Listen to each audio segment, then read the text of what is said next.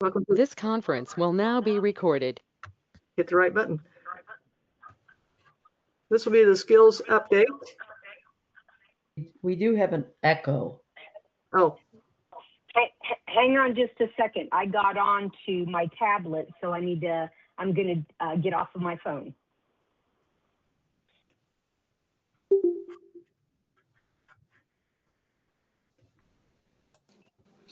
Can you hear me? yes. Okay, awesome. All right. You go to the next slide here. Oh, wait a minute. How am I going to do this? I had better luck with you the other day. Let's try that. Ha! All right. Just hit the right button. It works. Okay. One of the key changes was the distance, which confused even me initially because the distance the dogs are asked to work hasn't actually changed, but to be consistent, we changed where we start measuring the distance from. And since we're measuring from essentially the back of the handler box now, which is the goal line, we added 5 feet to all the distances. And the example in the image is from the send. And it shows now instead of being 10, 20, and 30 feet from the front of the handler box, it's 15, 25, and 35 feet from the back of the handler box, or where the goal line would be. Any questions on that? Nope, makes sense. All right. It did after I ran it through my head a few times. That happens. Next, we have the pause position. There's been questions about, how tight we want to judge that. The 14.2.3 label judging criteria, that's the exact verbiage that's in the rules. It says the dog's nose and at least half the body must be behind the object and facing the handler. And the position must be achieved without redirection. The second half of that we'll touch on in a following slide. But 50% or more of the dog behind the object can be very dependent on the what you're using for the object. If it's a cone, as shown in the image here with my little boy Queso, I'm not sure even though he's directly behind it, if you were measuring from the top of the cone, that he would be, quote, 50% behind it. So the strong recommendation is that you look at the base of the cone and go from that. Or use a bucket. Upside down buckets work better than right side up. I've seen people use balls, but that's really testing your dog at this stage to have a ball.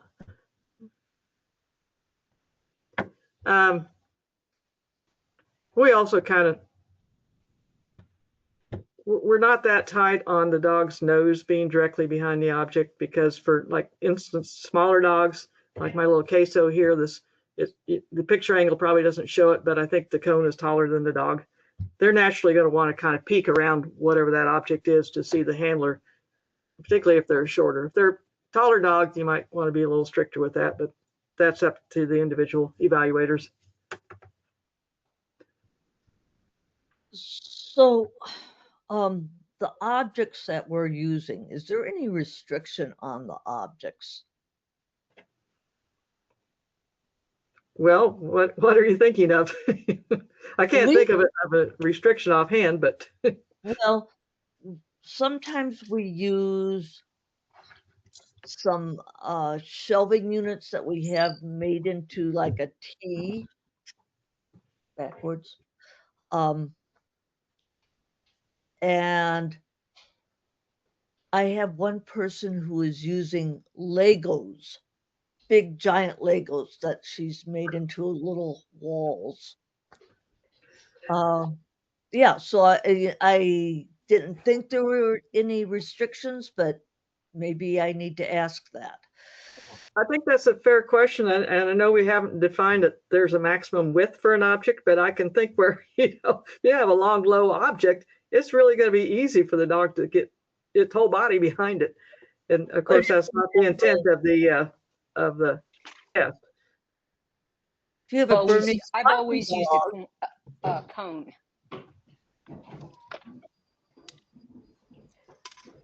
you know, we can have a huge object for a Well, baby's yeah.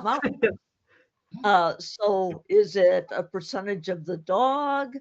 Yeah. I know originally we were thinking cones are like a 5-gallon bucket. And I would say the width of a 5-gallon bucket is probably the maximum we'd like to see in terms of width. Chris, you agree with that?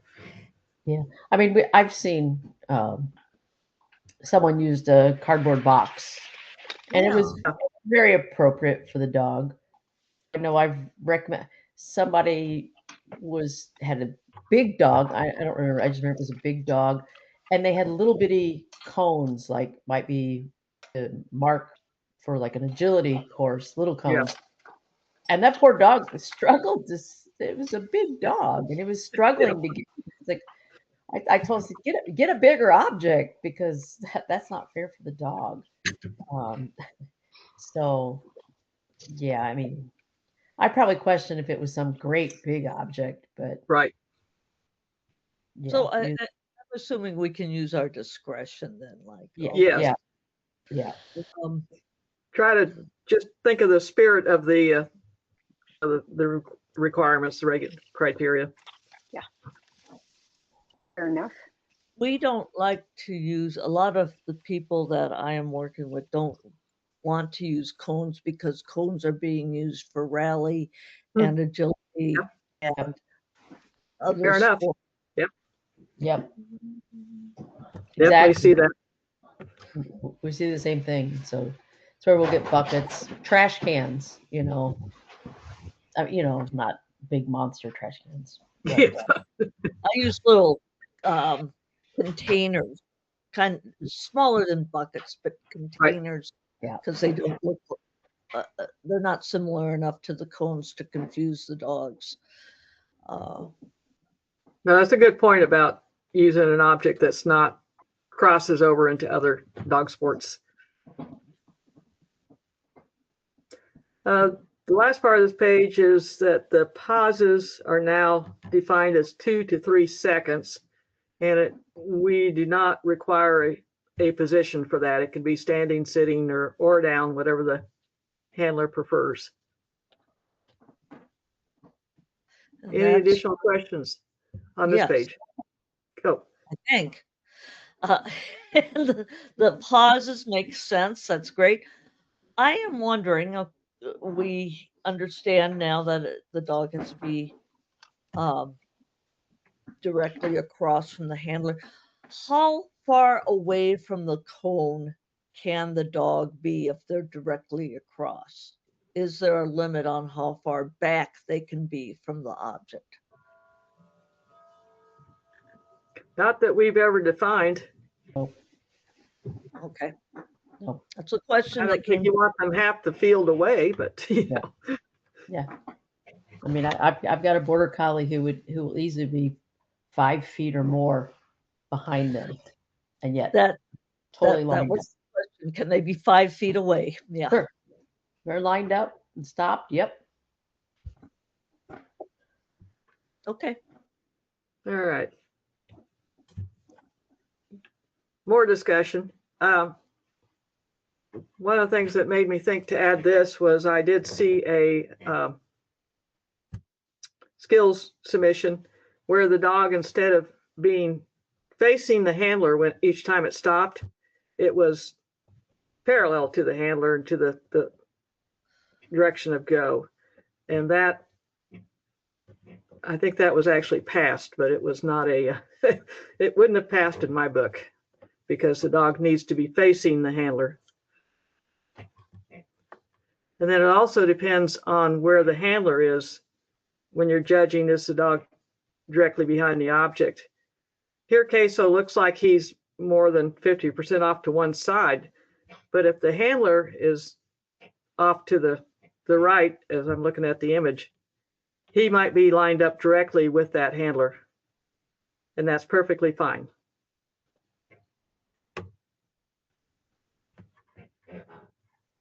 think we've got my first effort here at bringing up a video. So patience while I switch to a different screen.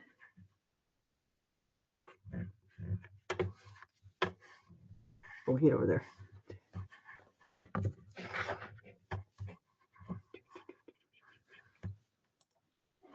All right. Share something else.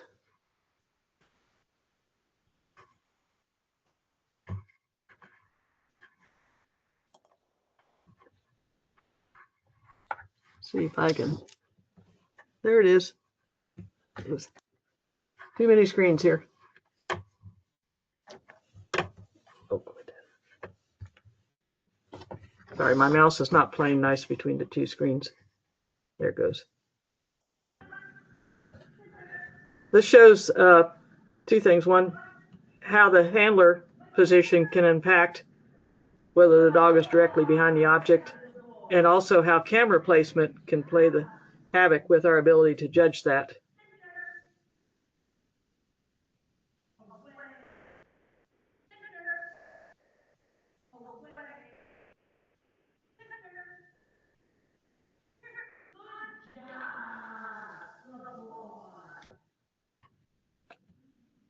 And a little bit different angle yet.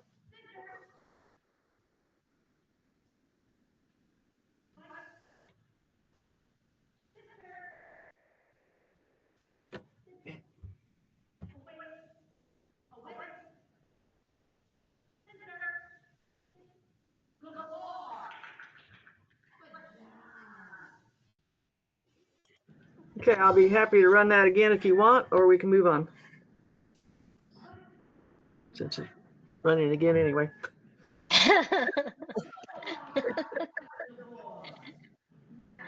Very short videos. Lovely dog. You're a beautiful dog.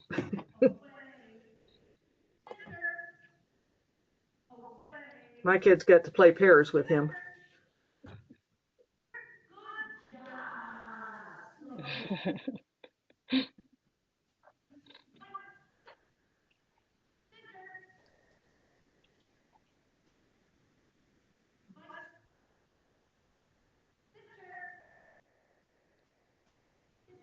Says, do I have to go over there?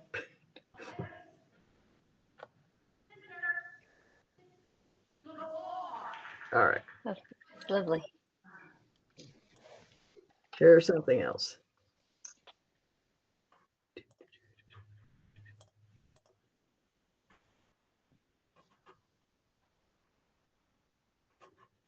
All right.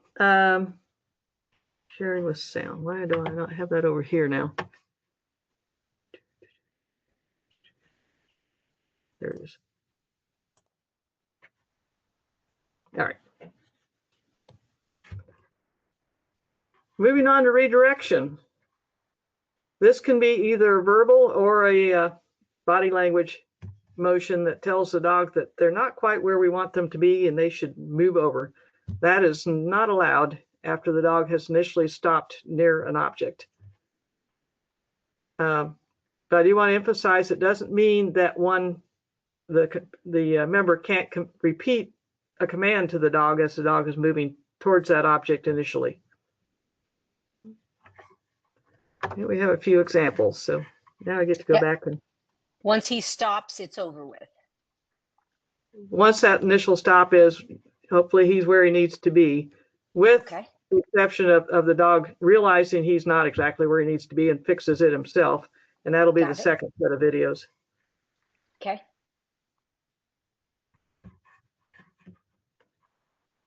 Why am I getting that? All right. I'm very happy with what it was showing after that last video.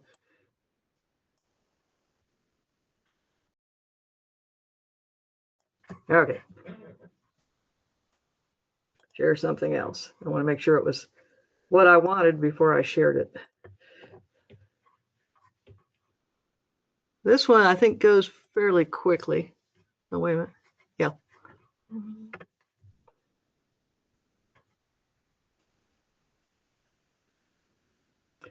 her first stop here is good. And her second stop, watch me. See my little hand motion? That was redirection. Okay. And then I'm going to send her back the other way, and it's the same thing. Her first stop is good, and her second stop, I'm even more obviously redirecting her.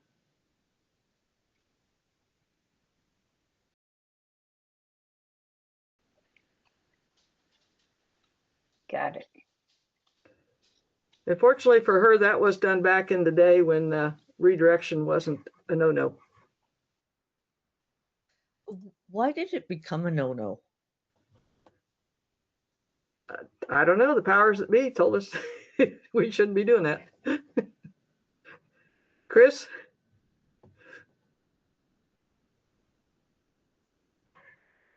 I can't say I remember. I wasn't on the board then.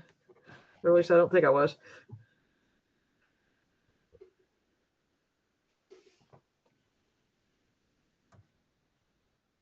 No, I don't remember.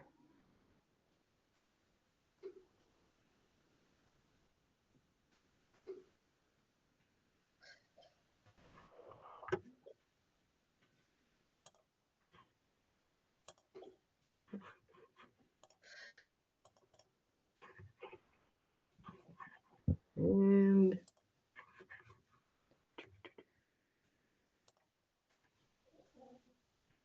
all right, then let's go on to redirection, or not, I'm sorry, not redirection, self-direction.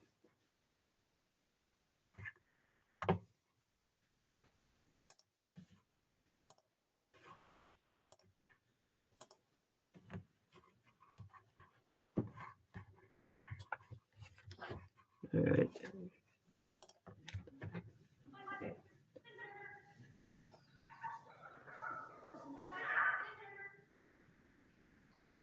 You can see that Chris is standing still and not giving any additional commands, but the dog corrects his position. And this is my little splashy. And again, this time I'm still. And my only command afterwards was to ask her to sit with my hand motion.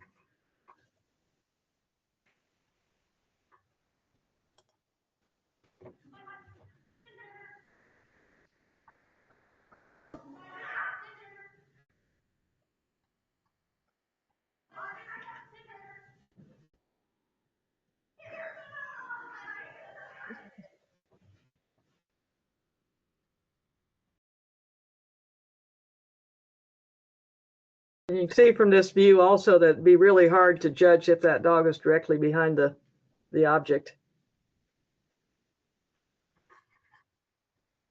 So once they are actually lined up, you can tell them to sit. Sure, if you want to. It's not required, but No, and I wouldn't, but there are people. sure. That can be part of their 2 to 3 seconds is the time it takes them to have them do a sit or a down.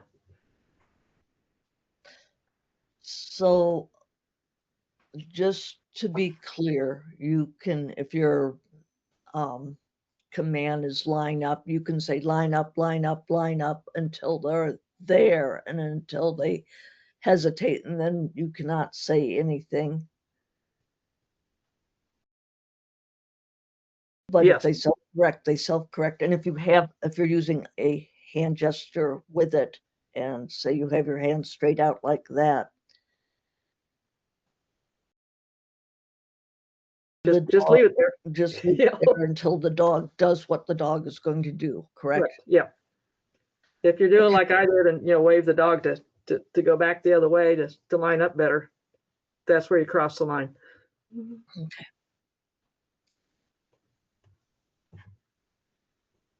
I've had a lot of questions about how many times can we say this, because now I think I've got everybody convinced they can only say it once. Now, particularly on the longer sends, like when you get to level 2 and 3, go out, whatever their command is, and then whatever your push, word is to line up, wait, whoa, whatever.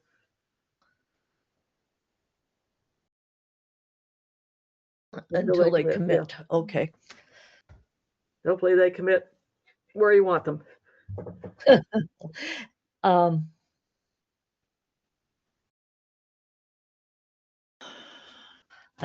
I've got one other question, and I'm not sure where it belongs, but when they go out to, say, the third object, do they have to come back? And I think you say this maybe on here. They don't have to come back on one side or the other side, right? That is correct. And somewhere in this slide deck, it says that. I'm not exactly sure where. Because that's been another big question. It's on the side I just brought up, the last line.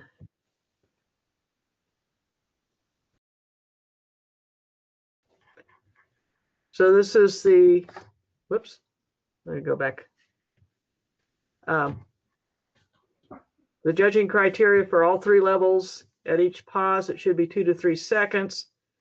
It was noted that in my example videos that some of them weren't 2 to 3 seconds, that they were a little shorter than that. And that's because these rules just came out in January and there haven't been that many submissions. And they weren't, there weren't ones that came by me. So I used what we had access to demo the pauses. Okay. This particular slide is about the new rule that we have had in the past, allowed the dogs to instead of going straight from object A to object B, they may go, or they may go, and or they may come back to the handler and then go back out. And we wanted to make sure that it was clear that obviously the behavior we want is to go as directly as possible from one object to the next on the directional cues. And I've got one video, which I gotta change slides here again, demonstrating that particular.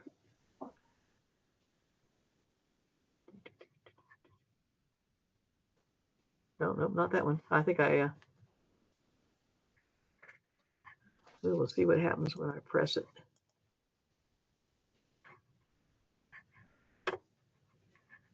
It came up. Bless its little heart. All right. Well, I had preloaded these. I don't know if I don't know how much experience you have with GoToMeetings, Karen, but it doesn't always play well with videos. Most of my experience is on Zoom. Yeah. All right. Whoops. Oh. I tell you, I don't have any control over what it brings back up. But this is better than what it wanted on the first one.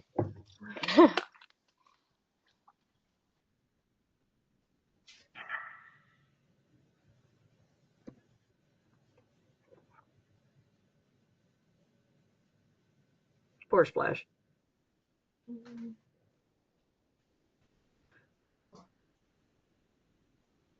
She gets there, but needless to say, this would not pass. Okay, so but For 5 numerous feet is reasons. quite a Yes, bit, absolutely. really. Sorry, what? I said 5 feet is quite a bit, really. It is pretty generous, and it can be 5 feet towards the handler or 5 feet on the backside.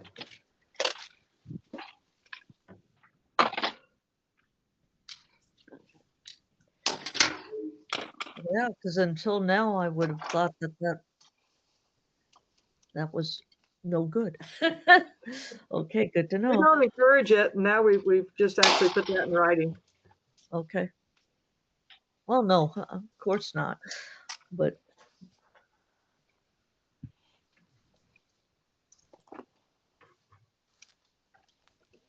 All righty. And then to address your question from the previous slide, returning either side of the obstacle is fine. okay. And one of these examples in the push, I'm sure people wouldn't submit because they'd have to go out and reposition the dog.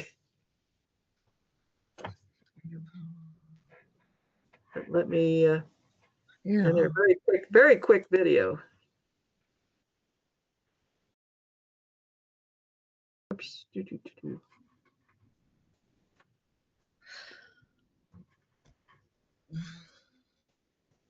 All right.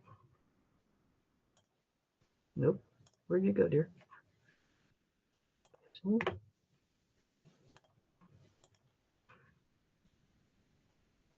Oh, yeah, that's one. Okay.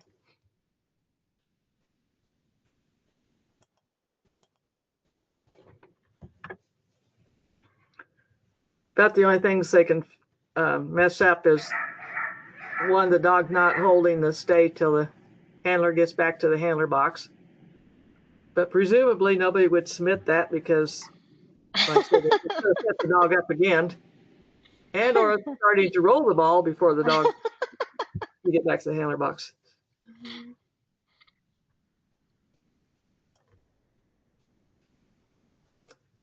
And for submitted skills tests, they don't have to show the part where they took the dog out and set it up.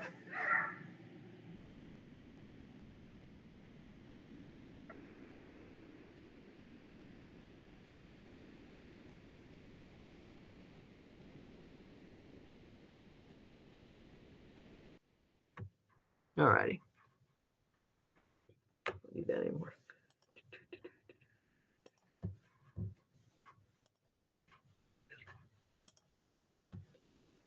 Now, I think that's the end of the actual videos. Any questions about that part? It's cleared up a lot of lingering questions for me. Thank you. Then how formal does the testing area need to be?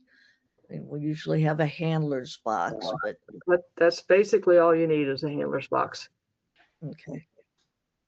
And the space is measured out. Yeah. Yep. This is just an overview of the way it works best, and that's for the member to contact a skills evaluator from the list on the website. Sometimes I get emailed going, how do I find an evaluator? And I'll give them the link to that list. And whatever the evaluator and the member decide in terms of arrangements for reviewing those videos is totally up to y'all. The skills evaluator will then, after they've looked at it either in person or the videos, completes their evaluation form, which I know you all have found also on the website, and submits them, and they come to me. And at the same time, they also will let the member know if it was a video review, then the member wouldn't automatically know that you passed them or not. So they would then complete their skills submission with payment and submit them to me. Mm-hmm. And then the Nate treasurer sends me a notice saying, yes, we got payment. And I match those 3 items up and create a certificate and email it to them. And if they've got all 9 of the awards or skills, then they get the awards ribbon sent to them. And if they send a photo, I put a congratulatory brag in the Nate Treibball website. And I did have a question about whether, what happens if I get the member submission before I get the evaluator's submission. And really nothing. I just have to have all 3 of those pieces to make this thing come together.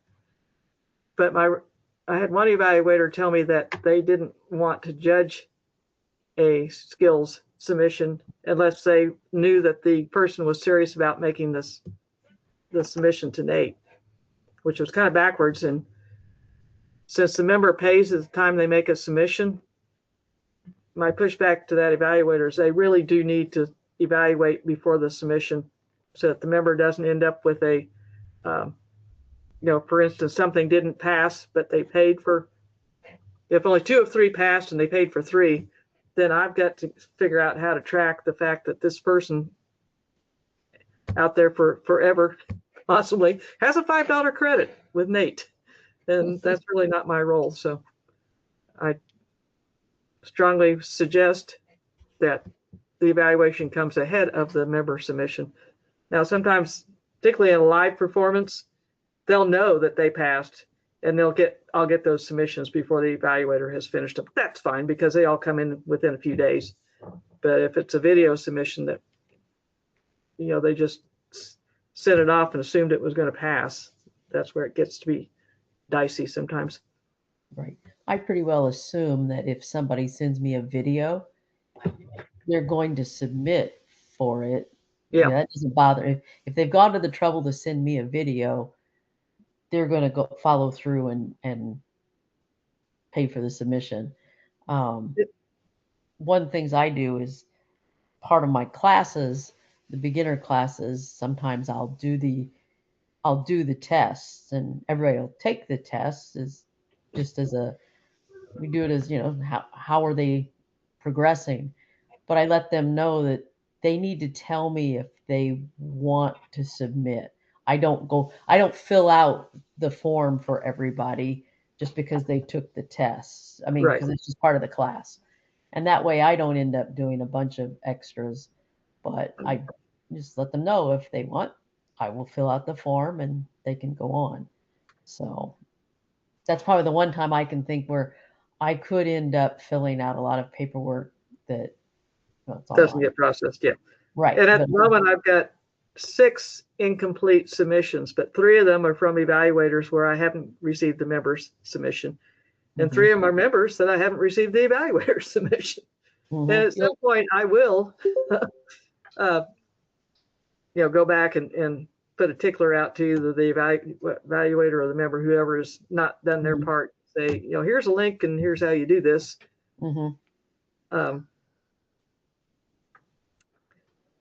Maybe about quarterly, I stop and look at, if they're starting to pile up, and about 50% of them will give me a response at that point.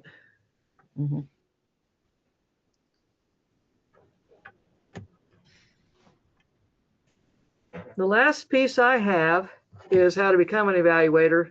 And the major change, of course, you all are evaluators, so this doesn't apply to you, but going forward, anyone making a request to be an evaluator, we decided really should have a bit more expertise with skills. And for that reason, we're requesting that the individual themselves or one of their students have all 9 of the skills. That kind of demonstrates to us that they are actually familiar with the upper level skills. I think before it was just you could have 3 level 1 skills and be an evaluator, and we just thought that was too generous. And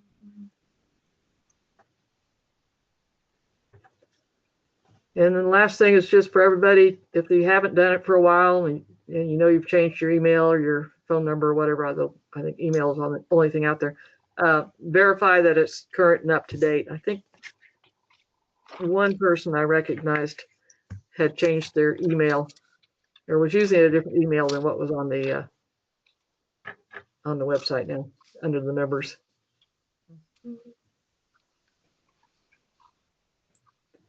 Any more questions?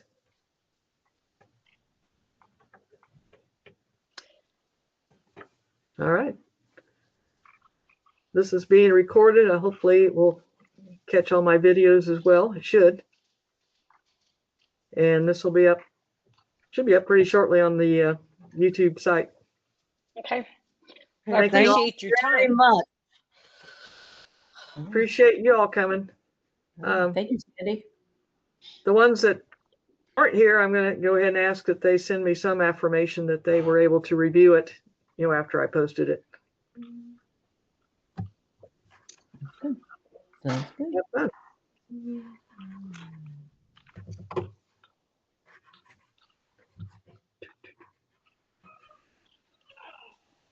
I don't have any other closing thoughts, so All right. Well, thank you, Sandy. I will Alrighty. see you all another day. All right. Thank you Bye. so much. Have a good evening. You too. Bye-bye. Bye-bye. Bye.